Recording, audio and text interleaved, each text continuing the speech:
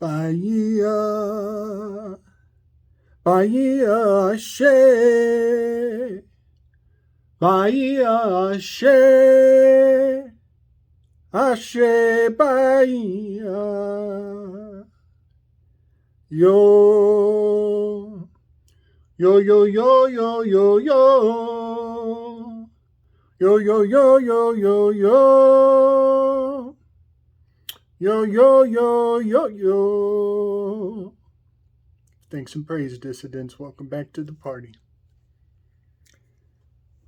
I've been taking some of the advice from my comment section. Big respect to James. Putting me on to Alfred Whitehead. And before I forget, the Krupp family, they have a tradition. The whole family has had a tradition. This is the origin of corruption. Tread carefully in the Krupp family lines. These are high influence still. And they're getting hailed left and right. That family has a legacy tradition of naming every other child Alfred, Frederick, Alfred, Frederick, Alfred, Frederick. And these names are footprints in history.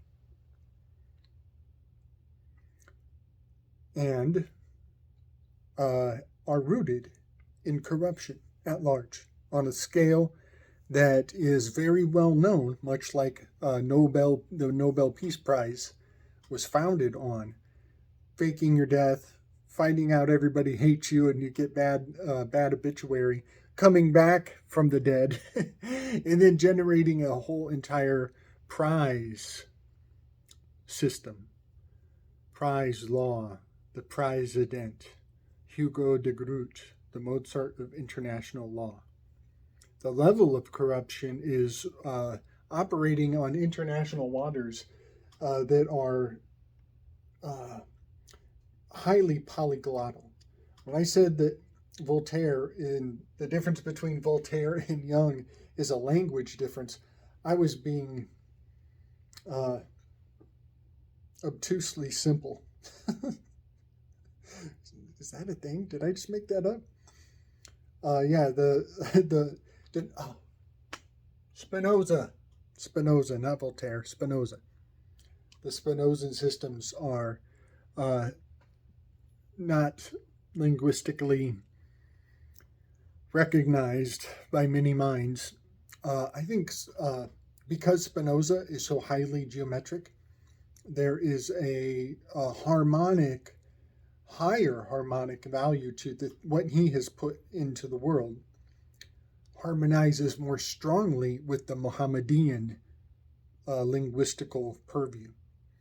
And so when I said that Spinoza is linguistically elsewhere, if you have a root in the Mohammedan systems, he'll be turning up on your radar instead. He's just not on our radar because the language of Spinoza is geometry, which puts him very harmoniously into the purview of the Mohammedans. All right. James, putting me on to Whitehead. Alfred Whitehead. Of course, I'm thinking of Batman, right? Alfred. But I'm also thinking of Frederick. So I've been looking into old Alfred Whitehead, and I think I found the mother feeder. This is the mother feeder. And if I can, I'll try to bring graphics with this quote, but Bertrand Russell had a profound quote about Alfred Whitehead. And I'm not going to be able to do the quote justice. These guys are talking on that continental. They are speaking continentally with a very deep library. Bertrand Russell essentially said that over time, the entire world will start to get this profound sense that there's a connectivity to a rudimentary cosmology, and they will grow into it with having no awareness of it, the source of the light that is fostering the ambiance of their culture, and that the source of that light is Alfred Whitehead. And so I had Alfred Whitehead as the hermit card, along with Schopenhauer, and along with a great many other minds, because of the white hair on the end of the tongue of the Virgo card. But Alfred Whitehead has a concept called the concrescence. And this card, which also goes with the hermit card, is depicting, I believe, the concrescence theory depicted here. Alfred Whitehead also had a term that I am so in love with. I have to be careful with these guys. You know, I'm reading brochures. I'm just a tourist coming through these guys' school. And of course, the tourist brochure looks all hunky-dory on the public-facing side, but so many of the gurus of the olden days have long, long, long, long shadows, with henchmen hiding in the shadows of shadows. So please be aware that I am I'm watching my own back. I am watching my own back with this guy. But one of his concepts is such a great word. I wrote it down. Oh my goodness, this is a great word. The fallacy of the primacy of presentational immediacy. That is to say, if I flash this card in front of you real quick, that was the first time you ever saw a moon card. You only saw it for half a second. And then you go out in the world, the corresponding archetypes will start to attach to your psychic experience more readily, simply by the fact that you saw it for a second. That's an oversimplification of what that means. It also means that you could look at this for an hour and think that you have an idea of what it meant, and that was enough. But it might be years later when it cracks your noodle and you realize, oh my gosh, that's the batragotoxin. Oh my gosh, this is R2D2. Oh my gosh, that is the Perseus rack. So the fallacy of the primacy of presentational immediacy, that is like the largest warning label for every film you've ever watched, for every advertisement you've ever taken in. So again, remember when I was saying logismoi. Logismoi are thoughts. And if you research logismoi, you're going to get a bunch of Catholic circles telling you, oh, you got devils in your brain? Are you looking at logismoi? It must be devils haunting you. You must need an exorcist. Every advertisement ever is a logismoi, a complicated, sophisticated, highly scientifically fortified logismoi on levels, on levels, on levels that we are still dismantling. We always will, because they're packed so densely. If a picture says 1,000 words, a film says 100,000 words, you spend your whole life unpacking the logismoi from just one film. I hope it's a good movie. Yeah, this is the Mamma Jamma, y'all. This is the Mamma Jamma. Alfred Whitehead, big ups, James. Big ups. You have flipped a switch in me. So this is also one of the origin points of astro-theology, and that irks me a little bit, because I like to think I'm original in my cosmology, and you find some other guy who already agreed with you, and you're like, I got Spinoza living on my left, and now I got Alfred Whitehead living on the house on the other side of the fence. It's getting crowded in the neighborhood, y'all. I believe I'm already gonna make this claim. I think Alfred Whitehead is the grand poobah of the Familia Internacional. And the word mafia and the Fatima and the Great Disappointment, all these little prophecies along the way, none of them have come and gone without this family playing a role. The white hair is your inside knot. Anderson Cooper, what was that guy in the 80s who took himself down for Iraq. Oh, he had a talk show and everything. I'll look him up. I'll research him and bring his. Oh, it's on the tip of my tongue. It's on the tip of my Alfred Whitehead tongue. Oh, it's just hanging out there. But the white hair is your signature mark. This Fama International is has an old incarnation that got caught up in the Rosicrucians and all.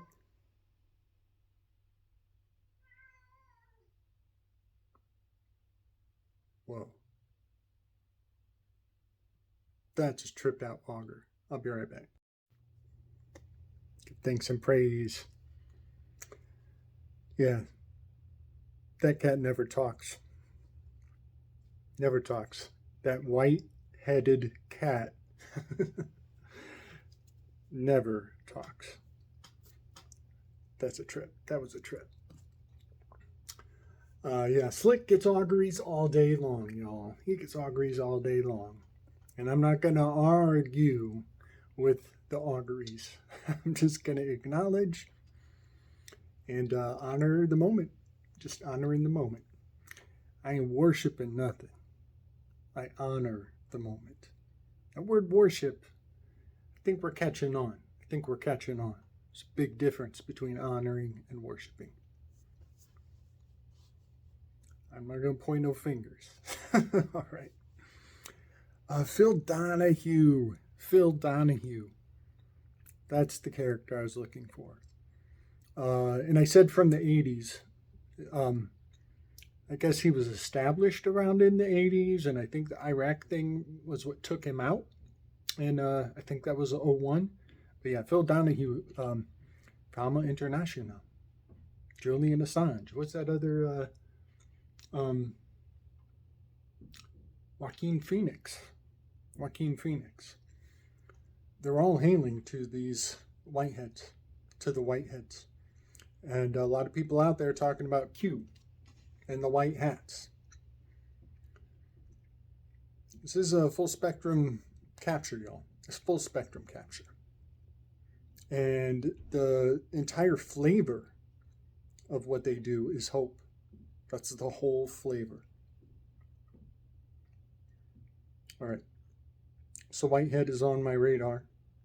I'm not even going to talk about the hostage release program that Slick seems to have predicted. I ain't even going to get into that. People are going to be tripping on me because they love their hope. Have at it, y'all. Have at it.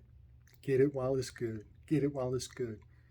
I'm looking at that Fama International now, who turned into the Rosicrucians that went in all directions, and the story has many breaks and branches and digressions along the way. But Whitehead is the source code, and it's fascinating to see. So this is Immanuel Kant. He was not on the reading list when I did my presentation. I was a little sad that I missed him, but this is the family Krupp logo. And Immanuel Kant, who Nietzsche called the Chinaman from Königsberg, Immanuel Kant is holding the key to the kingdom of ends. And the kingdom of ends is the interlunar space of everything is hunky-dory, people are treating each other as ends and not a means, and this is the high ideal realm of forms, where hope resides, where the belief that even a fictional story can serve to elevate you and your ideals, to bring your agon higher, to lift your agon high. And some people will call you out that your agon is way too up there in the realm of ideals. This is all how things work in the kingdom of ends. And that is the key that Kant is holding. What I find amazing is that Alfred Whitehead is said to have taken his approach path through philosophy with an anti-John Locke agenda. Anti-John Locke. We're flipping this key and we're coming at things not from the intellectual, but from what they called the prehensive.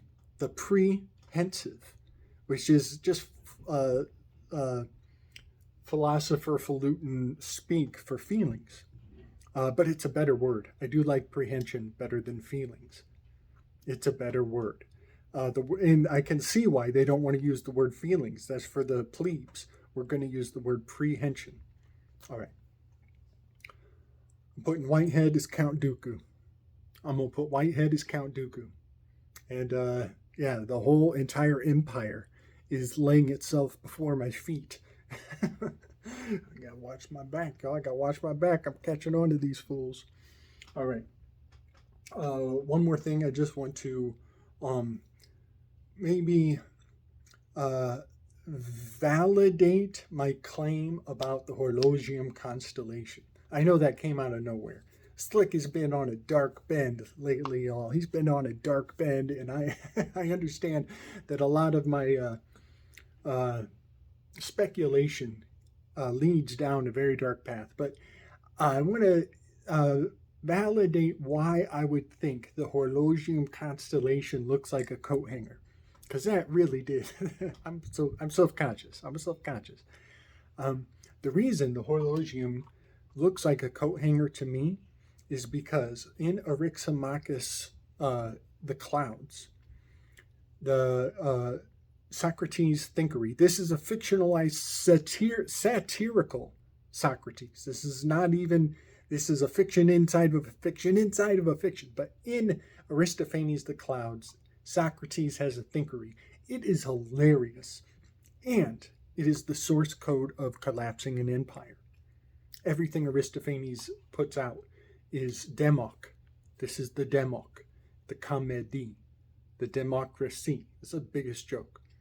And in Socrates' thinkery, in the clouds, they have come up with these new innovations that are going to change the world. They have a new measurement of smallness by capturing the footprints of fleas. They have a new plank length that they can build the new foundation for the whole cosmology of the new metric.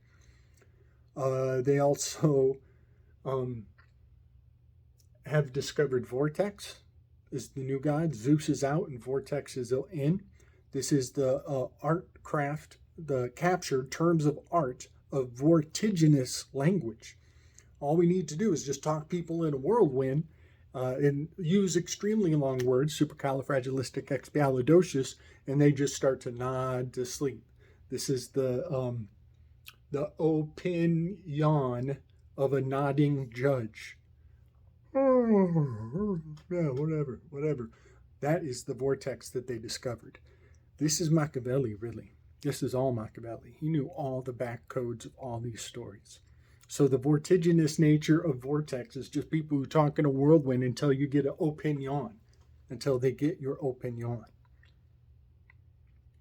Another thing in Aristophanes' The Clouds that they have discovered is a contraption that they use at the bathhouses to reach over the walls to fish hook desires. They catch the desires, and they use this tzatziki hook with the fishing line to steal people's robes and get their garments and then put them back on the rack without being seen. So they have some sort of fishing contraption at the bathhouse that allows them to get garments that don't belong to them.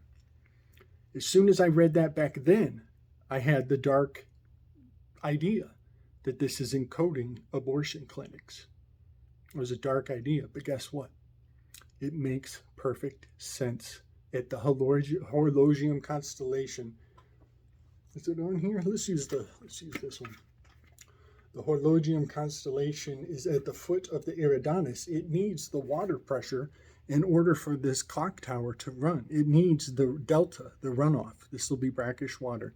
There's Joaquin Phoenix, one of the Fama Internationals himself, Alex Anderson Cooper's cousin.